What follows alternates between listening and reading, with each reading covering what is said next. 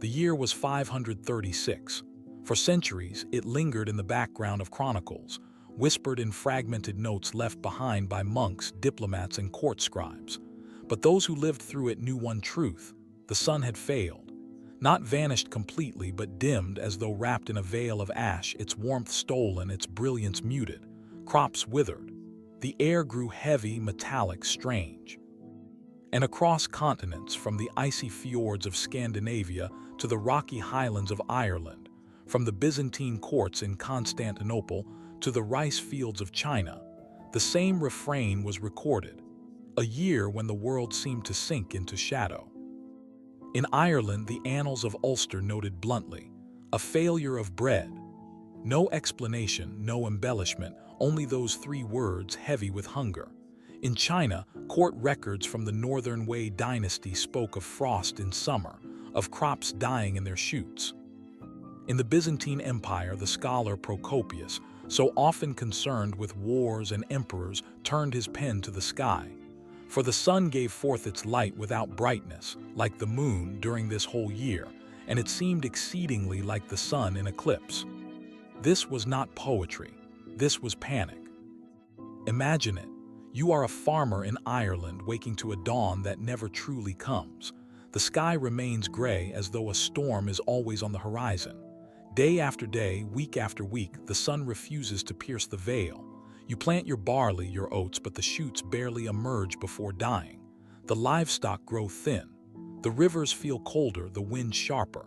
Whispers move through villages. The gods are angry. The saints have abandoned us. Across the sea, in Constantinople, the people wonder if it is the sign of the apocalypse, the trumpet blast of revelation. And in distant China, astrologers debate whether heaven is punishing the emperor himself. What no one knew was that they were all part of the same catastrophe. The earth had been cloaked in a veil of volcanic dust, but unlike the aftermath of a single eruption, this veil lasted not days or weeks, but more than a year. 2 years by some accounts, a twilight that refused to end. And with the twilight came famine. In Scandinavia, the failure of crops was so severe that entire communities vanished. Archaeologists later uncovered abandoned farms, tools left in place as though families had fled mid-season, never to return. Some scholars suggest that this crisis helped give rise to the raiding cultures that, centuries later, would erupt as Vikings. Hunger, after all, breeds desperation, and desperation changes societies. But the famine of 536 was not only Northern Europe's curse. In China, chroniclers described snow falling in summer, rivers freezing at the wrong time of year, locusts devouring what little grew, people starved by the thousands. In the Middle East, the poet Michael the Syrian wrote of a great sign: the sun became dark, and its darkness lasted for 18 months.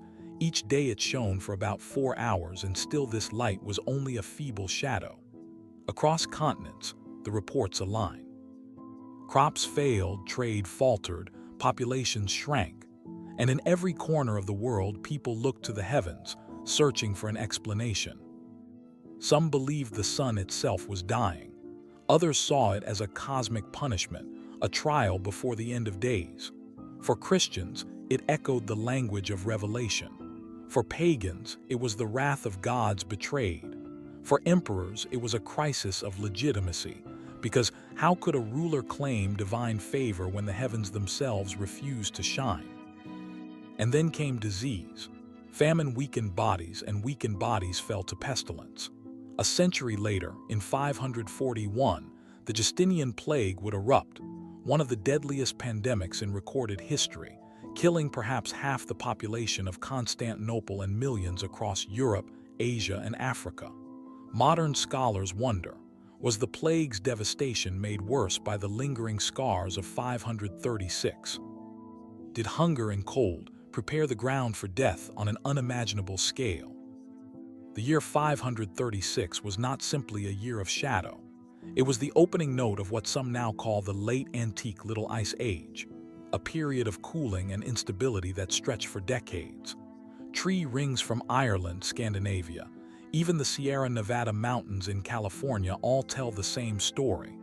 A sudden, sharp drop in growth, consistent with a world plunged into chill and gloom. Ice cores drilled in Greenland and Antarctica reveal layers of volcanic ash dating precisely to that year. The science now supports what the chronicles whispered. Something catastrophic had happened, something that darkened the entire planet. But what, for centuries, historians argued? Was it a comet? A solar eclipse that somehow lingered for months? A punishment from God? Only recently have geologists traced the likely cause to two immense volcanic eruptions, one in Iceland, another perhaps in Central America. Together, they threw millions of tons of ash and sulfur into the stratosphere, high enough that winds carried the particles across hemispheres. The sun's rays were blocked, temperatures plummeted, rainfall patterns shifted, and humanity was left to endure a world turned alien. Imagine standing in Constantinople, capital of the Eastern Roman Empire, at the height of its power under Emperor Justinian. The Hagia Sophia had just been completed, a marvel of architecture, its dome gleaming in sunlight, except now the sunlight barely reached it. Priests lit candles at midday. Traders complained of dwindling grain shipments from Egypt. The emperor himself, believing he was God's chosen, surely wondered whether heaven had turned its face away. To live in 536 was to live in dread. The darkness itself was terrifying, but worse was the uncertainty. No one knew when it would end. Would the sun return? Would the seasons recover? Or was this the beginning of the end of all things? For 2 years, humanity lived without answers, only hunger, only whispers, only the fear that the world itself was unraveling.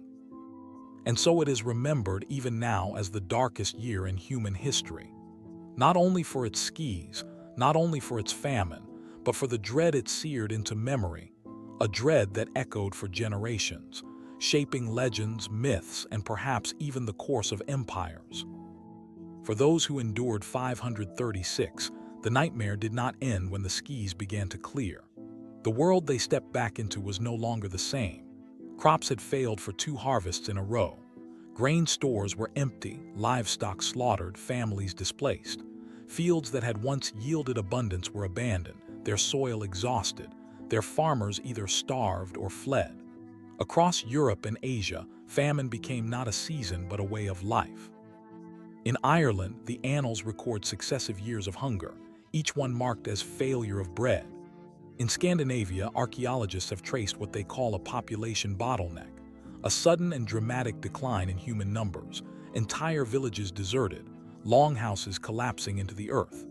Burial sites show malnourished skeletons, children with stunted growth, adults with signs of prolonged starvation.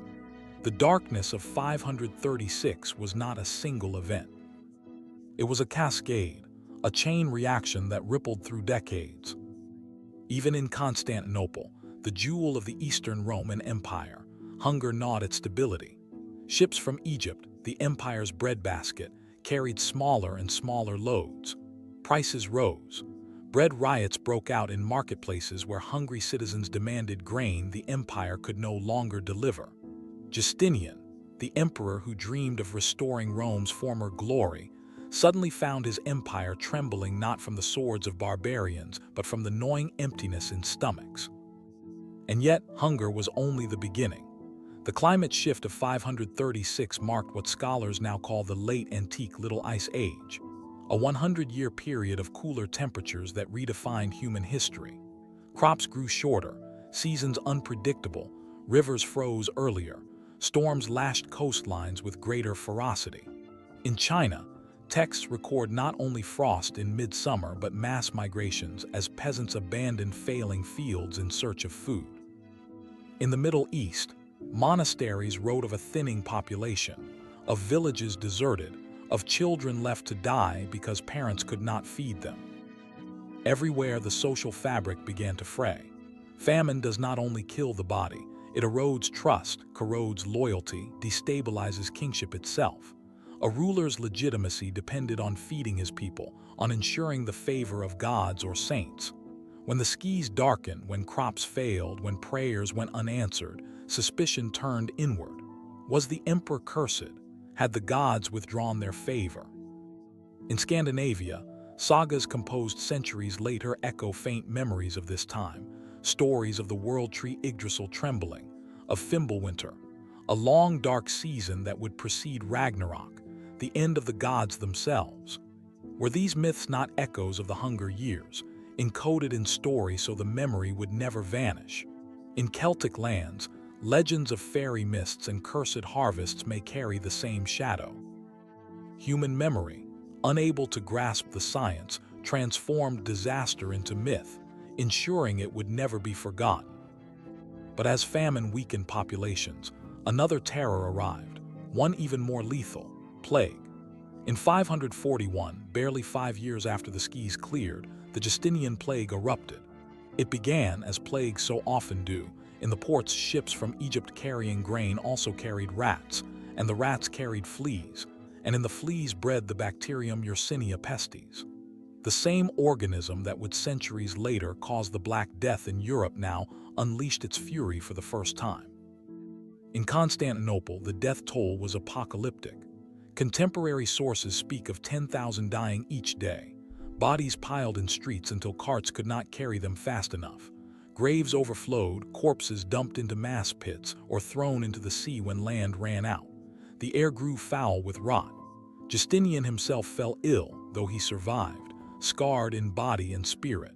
When the plague passed, perhaps a third to half of the city's population was gone. But the plague did not stop at the walls of Constantinople. It spread outward, riding trade routes into Syria, North Africa, Italy, Gaul. In its first wave, millions perished. Over the next 2 centuries, it would return again and again, waves of pestilence battering a population already weakened by famine and cold. By some estimates, the Justinian plague killed as many as 50 million people, a quarter of the human population of the time. And this is why modern historians speak of 536 not merely as a year of darkness, but as the hinge of history. Because from that twilight sky flowed famine, from famine flowed weakness, and from weakness flowed plague. Entire empires staggered beneath the weight of these blows. The Western Roman Empire had already collapsed in the 5th century, but the dream of Rome lingered in Justinian's ambitions. He sought to reconquer Italy, North Africa, to restore the empire of Augustus. But how could an empire stretch outward when its own people starved, when its cities buried half their dead? The wars drained the treasury, the plague drained the population, and Justinian's dream collapsed under the weight of forces beyond his control. Some historians argue that had 536 not happened, had famine not weakened the empire, had plague not devastated its cities, the Roman Empire might have survived centuries longer.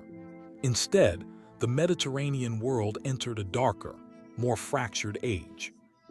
In the north, tribes and kingdoms shifted like ice breaking apart.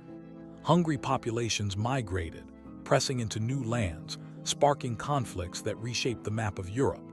Some scholars suggest the migrations of Slavic peoples in Eastern Europe, the stirrings of Proto-Viking societies in Scandinavia, even the shifting fortunes of kingdoms in Anglo-Saxon England. All were accelerated, if not ignited, by the climate collapse of 536. Farther east in China, dynasties faltered. The Northern Wei, already strained by internal division, collapsed not long after the Hunger Years. Famine drove rebellion, rebellion toppled rulers. In India, inscriptions speak of unusual droughts, temples recording prayers for rain that did not come. Even in Mesoamerica, tree ring evidence hints at unusual cold, harvests failing in lands far from the volcanic source. This was not a regional disaster. It was a global convulsion. And through it all, one question haunted survivors: was the darkness natural or divine? For Christians, it seemed like the fulfillment of Scripture. The sun darkened, the moon turned to blood, the stars falling from heaven. For pagans, it was the anger of gods neglected. For Zoroastrians in Persia, it was the triumph of darkness over light, a cosmic struggle played out in the sky.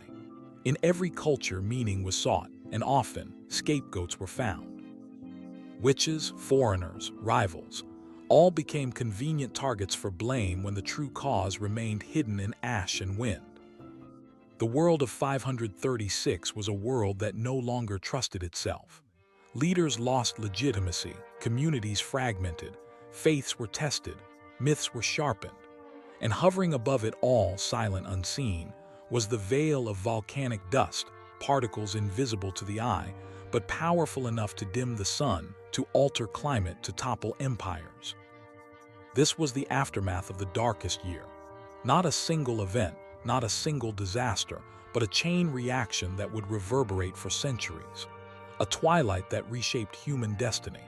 And as we look back now, we realize the shadow of 536 did not end with famine or even with plague.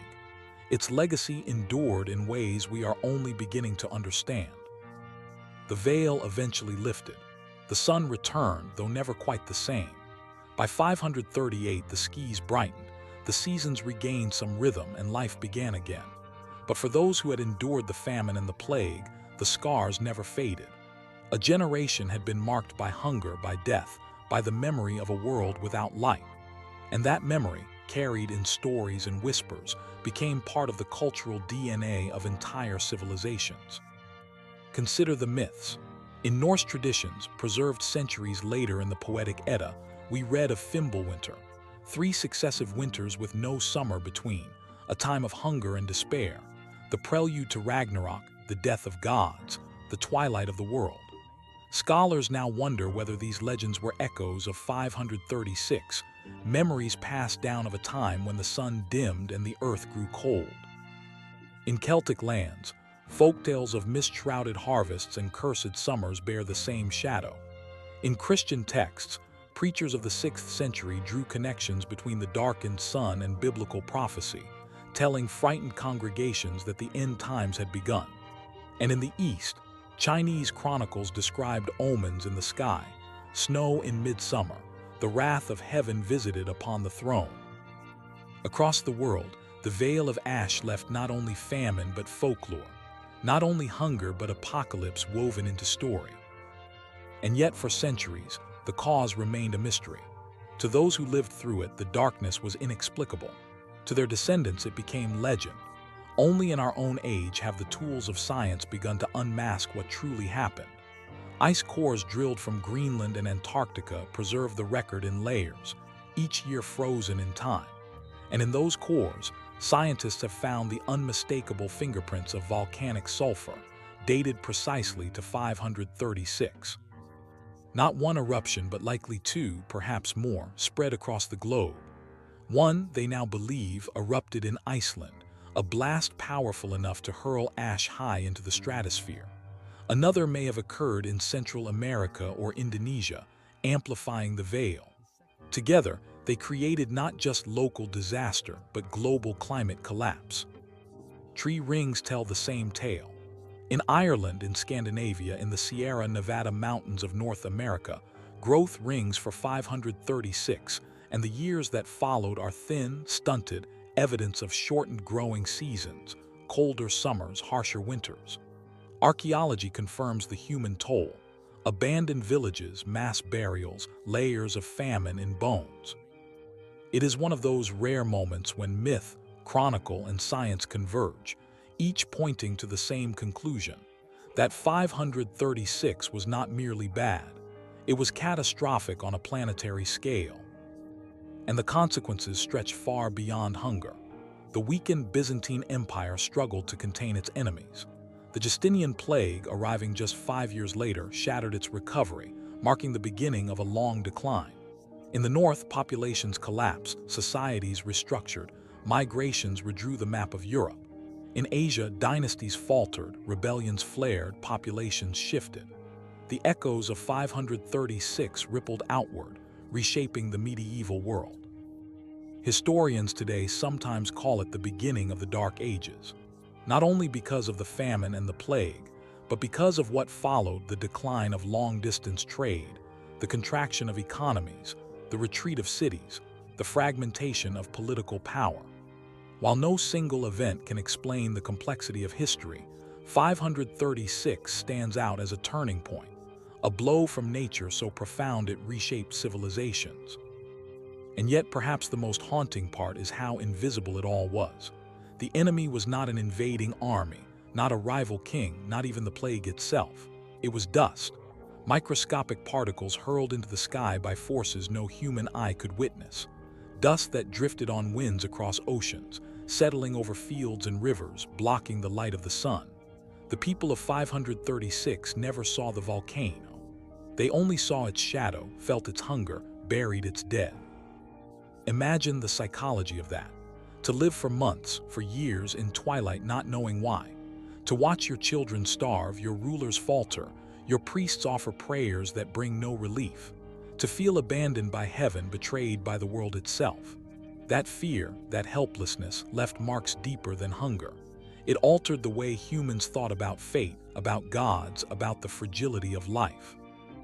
And perhaps that is why the memory persisted so powerfully, why it found its way into sagas and scriptures. Because 536 was not just the darkest year. It was the moment humanity realized how small it truly was, how fragile the thread of existence could be when the earth itself shifted. Today, as scientists analyze ice cores and volcanic deposits, as they reconstruct ancient skis with computer models, the veil of mystery is finally lifting. We now know what those people could never have known, that the darkness was born of fire, of mountains exploding into ash, of the planet itself reshaping human destiny. But in learning this, we are reminded of a truth they understood all too well, that civilization hangs by a thread, and nature needs no army to unravel it. So the year 536 endures, not only in annals and archaeology, but in warning. A reminder that the world can change in an instant, that the sun itself can fail, that history can be rewritten by forces beyond human control. And when we call it the darkest year in human history, we are not only describing the skis. We are describing the despair, the hunger, the fear that settled into the human soul, a shadow that lingered long after the sun returned.